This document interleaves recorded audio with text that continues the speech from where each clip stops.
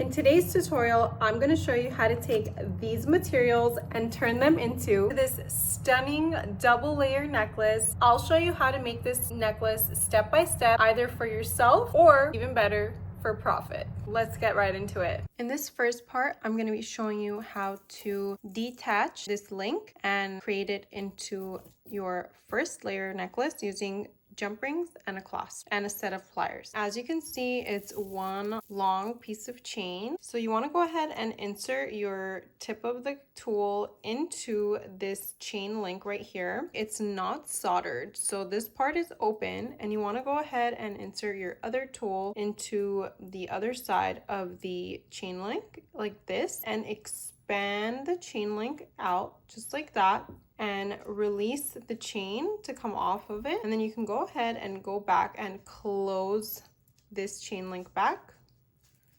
That way you can set this aside and use it again for another piece. Now that I have the chain separated into the length that I want, I'm going to attach a jump ring on one side of the chain using my pliers. And this is the technique I like to do when opening a jump ring. I'll place my flat plier like this, and notice the slit of the O-ring is right here. So the plier is grabbing onto the full side of the jump ring, and this is going to give you a complete control over it while you're opening and closing it. And next I'm going to use my bent nose plier on the opposite side, and then I'm going to go ahead and open up the jump ring side to side like this. So then there's an opening where you can go ahead and attach it onto the side of the, and then you want to go ahead and close the jump ring and kind of want to hear click like that.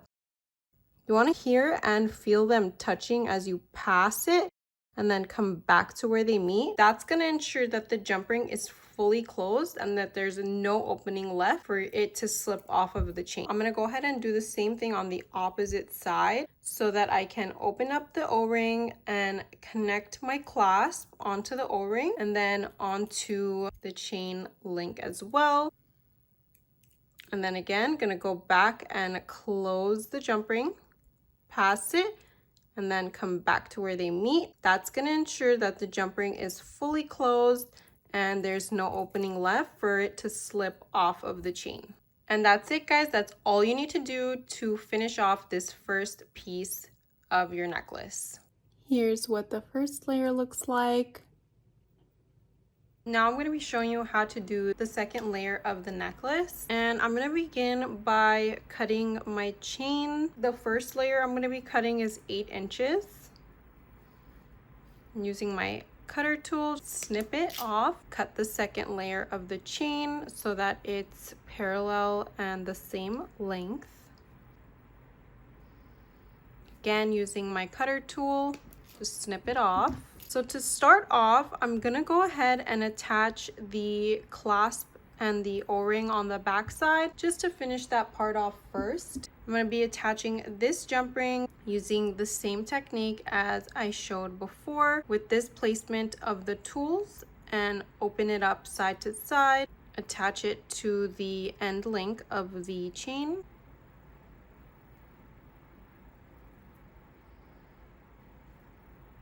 Like that. Attach the clasp onto the O-ring and close up the O-ring using your set of pliers.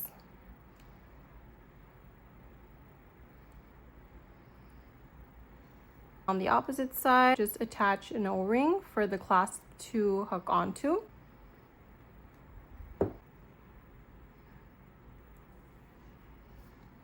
And close up the jump ring using the set of pliers again. Pass it and then come back to where they meet to ensure that this one is fully closed. Next, I'm going to go ahead and take one link of this pearl chain. In order to keep this piece, I'm going to go ahead and cut off the next piece over and then discard this piece because this one piece that you're cutting can no longer be used. And I'm going to go ahead and do that until I have 3 total.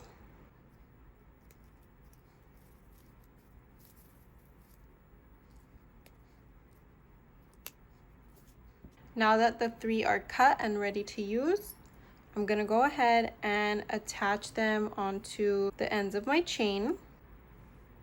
Open it up side to side, insert it into the last link of the chain that we expanded with the owl tool, and then onto the ring of the pearl. Using your set of pliers, close up the jump ring.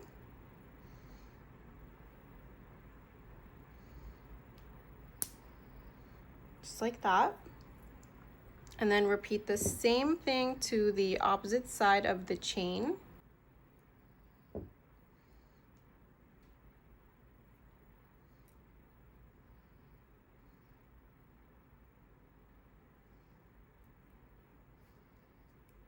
And close it up.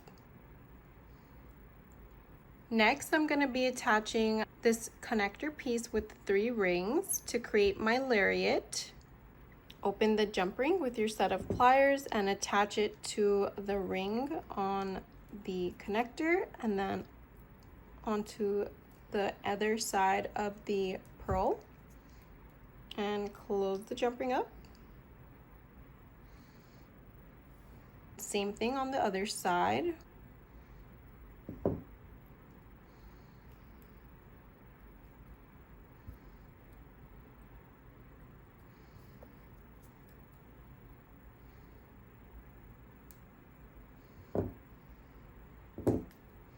I'm gonna attach this pearl on the bottom of this connector piece as well.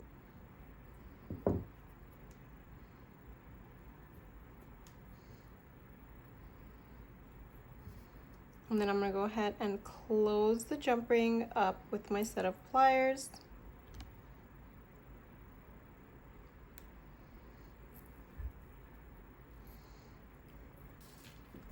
And last but not least, we're gonna go ahead and attach a charm on the bottom of this lariat. I actually brought 4 options to show you guys that you can use to attach to the bottom. Obviously, I'm only gonna be using one of these charms today, but I thought I would show you in case you would get inspired or one of these other charms fit more of your vibe instead.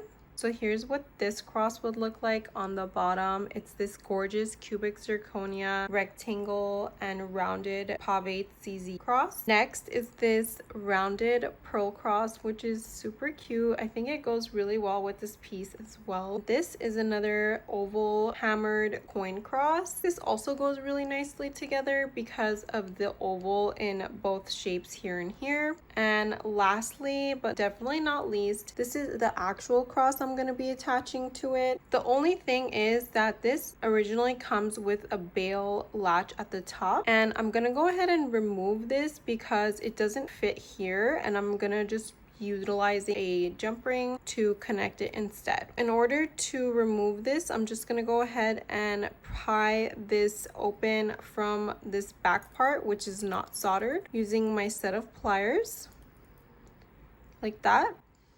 Detach the cross, and then I'm going to set this aside because this is definitely a piece that you can reuse later. Open up the jump ring with the set of pliers and attach it to the cross and then onto the pearl connector chain and close the jump ring up. And here's what the second piece looks like when it's done.